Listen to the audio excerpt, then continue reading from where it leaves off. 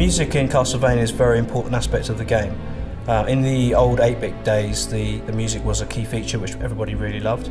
And we wanted to do something different, but we wanted to maintain the quality of the music that we'd seen in previous games.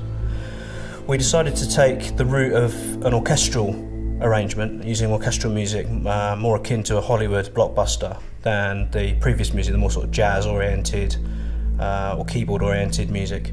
But nevertheless, we still felt that we wanted to have the flavour of Castlevania in there. Many themes that we've seen in Castlevania games before are there within the new music. We deliberately chose to have very big orchestras, very big choirs, and this big sound. We wanted to have a big epic sound to convey the story of Gabriel and the story of Dracula.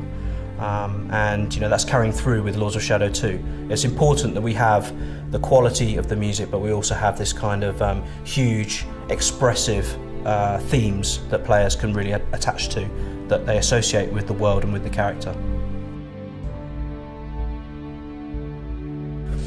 So what we do is we often send Oscar storyboards, we send Oscar the game itself, we send him cutscenes, we send him sequences, whole sequences for him to score.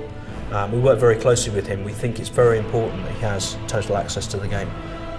Without it, I don't think a composer can really get to the heart and soul of a game.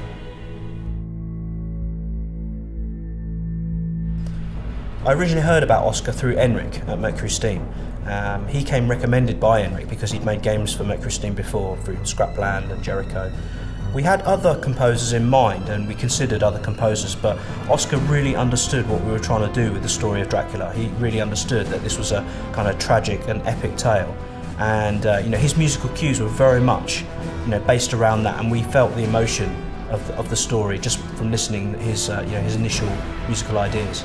And at that point I decided that that Oscar's the man for the job. And I'm so glad I did, because Oscar is very collaborative. He has often really good ideas about how he can make a scene work even better, because music is the emotional core of some of the things that we see in Castlevania.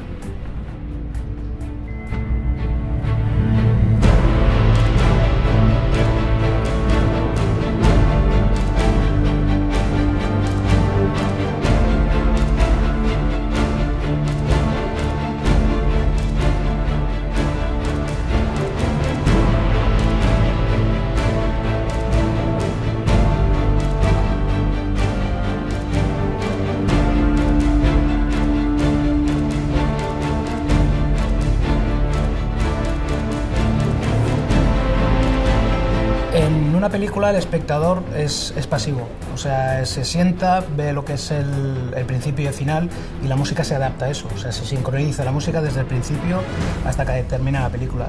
En un videojuego el protagonista o el jugador es activo, entonces no hay un juego igual, ni tampoco hay una jugabilidad en el mundo que nadie juegue de la misma forma desde que empieza, ¿no?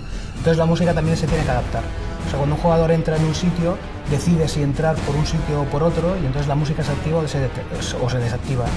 Entonces el proceso musical de eso hace que cambie, sobre todo a nivel de producción, para poder componer la música. Y otra cosa muy importante es que en las producciones cinematográficas lo que es la música se hace muy rápido porque hay un plazo muy corto de tiempo, y en cambio en un videojuego el proceso es mucho más largo. Estamos hablando de unos 3 años de producción, con la cual puedes probar cosas, puedes arriesgar en experimentar con instrumentos, con gente o con sonoridad, y en cambio en el cine no puedes, ¿no? Y entonces el videojuego es mucho más agradecido desde mi punto de vista. En el Castlevania se ha centrado la música siempre en Gabriel.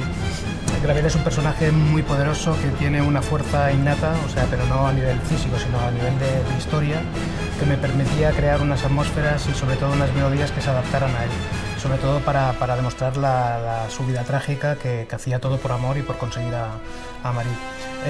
Y eso daba mucho juego, porque generalmente los videojuegos se suele hacer de la manera de combate, la manera de atmósfera, de un poco de investigación o de descubrimiento de cosas, pero que tuviera una fuerza tan brutal en la música con un personaje creo que no se había hecho nunca.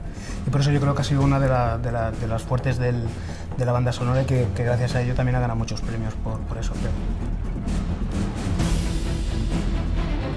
Bueno, grabar en Abbey Road es lo mejor, o sea, no hay mejor orquesta en el mundo que, desde mi punto de vista, y creo que desde el punto de vista de muchos compositores, es el mejor estudio y la mejor orquesta. Ha grabado John Williams, Hans Zimmer, Star Wars, El Señor de los Anillos, o sea, grandes proyectos y grandes películas se han hecho aquí, ¿no? Entonces, que el Castlevania esté haciendo una producción en Abbey Road demuestra un poco que lo que es el Castlevania tiene mucho poder, en el sentido de que tiene mucha fuerza y de que nos podemos permitir hacer grandes producciones, sobre todo a nivel musical.